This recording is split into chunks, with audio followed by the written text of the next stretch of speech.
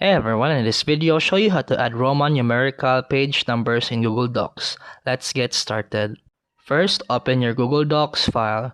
Double click at the top or bottom of the page to open the header or footer. Now go to the top menu and click Insert, then select Special Characters. In the drop down, choose Numbers, then select Others. Now pick the Roman numerical you want. And after that, place your cursor at the end of the first page's content. Click Insert and hover over Break and select Section Break.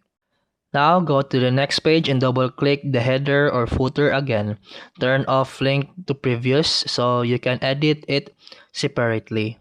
After that, repeat the process. Click Insert, then go to Special Characters and add the next Roman numerical.